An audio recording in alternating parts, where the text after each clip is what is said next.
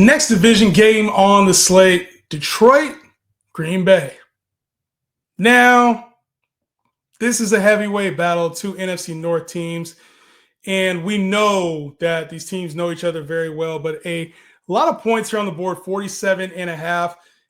This team actually could be a little bit more defensive than we think. I think both teams provide defense, and we talk about the addition of Micah Parsons to this Green Bay defense, and obviously the return of Aiden Hutchinson to this Detroit Lions defense. For starts, let's start with Jared Goff, who's going to see a little bit more of a pass rush. And we know the splits with Jared Goff when it comes to being indoors and outdoors. We know he plays better indoors. But this Green Bay defense was tough last year against receivers and quarterbacks. And it could be that way again. So not as much time for the deep stuff, especially with the addition of Micah Parsons to this defense. And it's already a stout unit. So I think Jared Goff is more of a middle QB2 this week. Just temper your expectations with them. And then obviously with the receiving game, you talk Amon-Ra St. Brown and Jameson Williams. They're going to have to go a little bit shorter. They're going to have to get the ball out a little bit quicker. So I think Amon-Ra St. Brown has a little bit more potential in this game as a back-end wide receiver one, whereas Jameson Williams might struggle to see stuff downfield. I am curious to see, because this is a new offense now. The offense coordinator is now gone from this team. And so when Ben Johnson left Chicago, he took that offense with him. There's a new regime in place.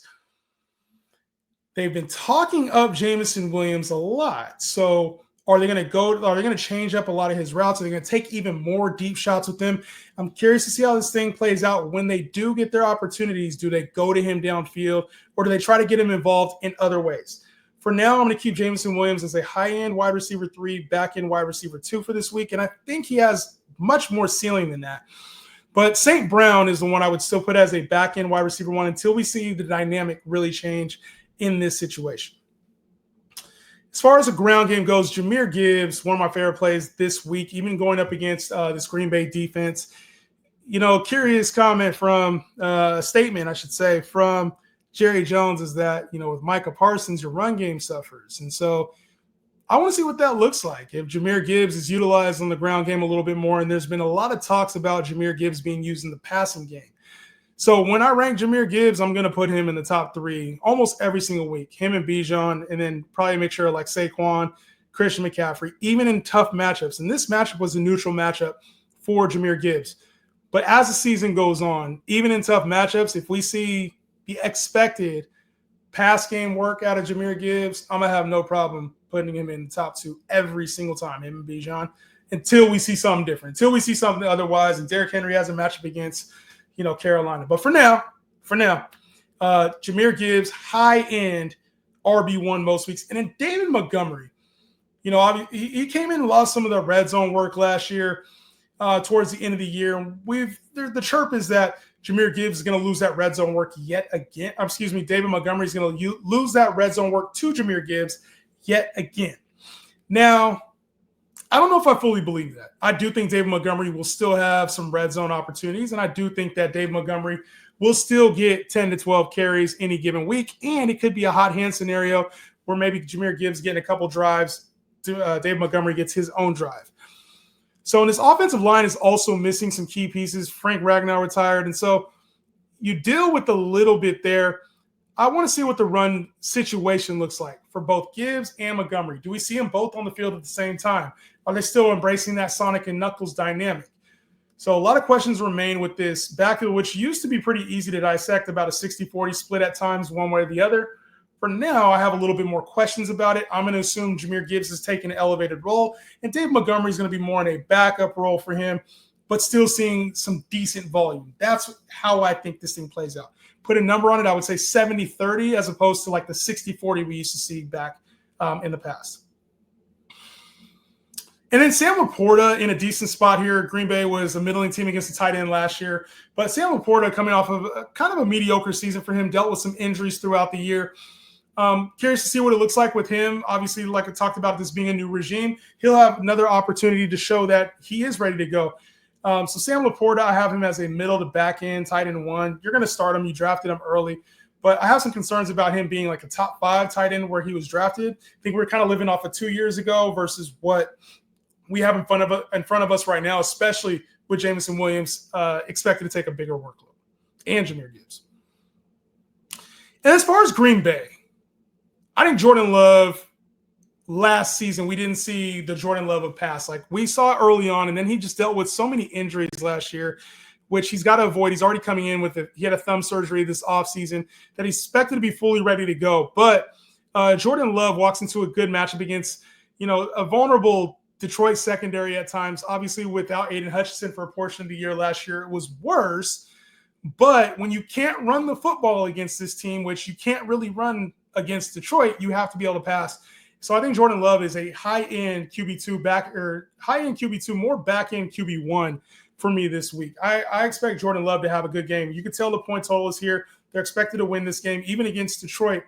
So give me Jordan Love as, like I said, I think more back-end QB1 than high-end QB2 with a lot of upside. I think Jordan Love is an upside play this week, especially get the passing game gets going with these receivers. Matthew Golden, first-round pick, has looked the part this offseason according to the beat reporters in camp. And then you get Jaden Reed, who is questionable, dealing with an injury right now. It remains to be seen if he's going to be the player that he once was for this offense. But Matthew Golden, I'm really excited about this week specifically in this matchup. I think they're going to take some shots to him. And it wouldn't be surprising to see Matthew Golden have like a 6-catch day for 80 yards and a touchdown. So they invested heavily the first time they've taken a first-round receiver. I think we see that pay dividends immediately. They have Romeo Doubs. You have Dontavian Wicks. Christian Watson will be back at some point. But I think they want to build this thing through Golden as their dominant receiver.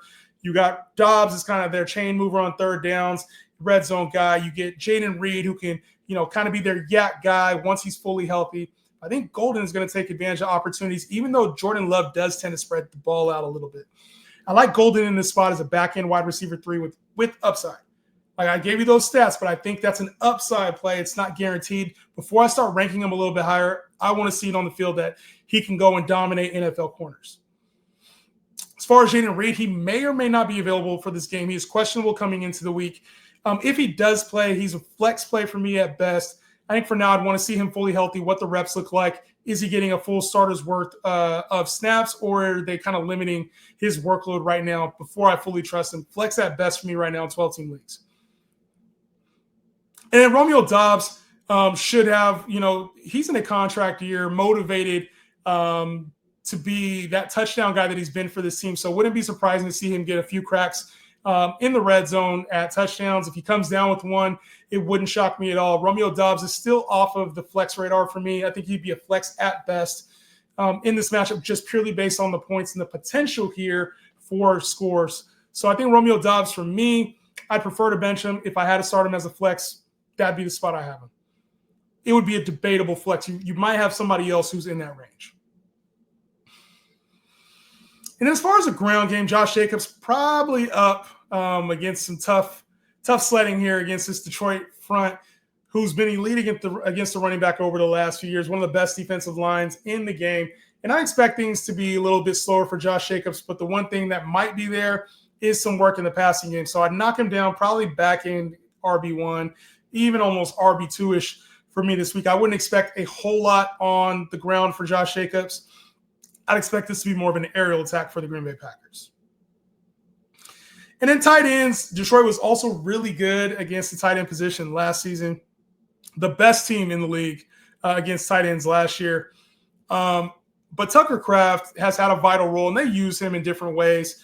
I think Tucker Kraft should be a middling, I would say a high-end tight end too this week. In a tougher matchup on paper, but I also think that they're going to have to pass the ball this week. So give me Tucker Kraft in a like I said, the spot doesn't say this, but I think Tucker Kraft will be utilized in the passing game. I wouldn't expect ceiling type of performance. This is a floor-based type of assumption that I'm making. All right.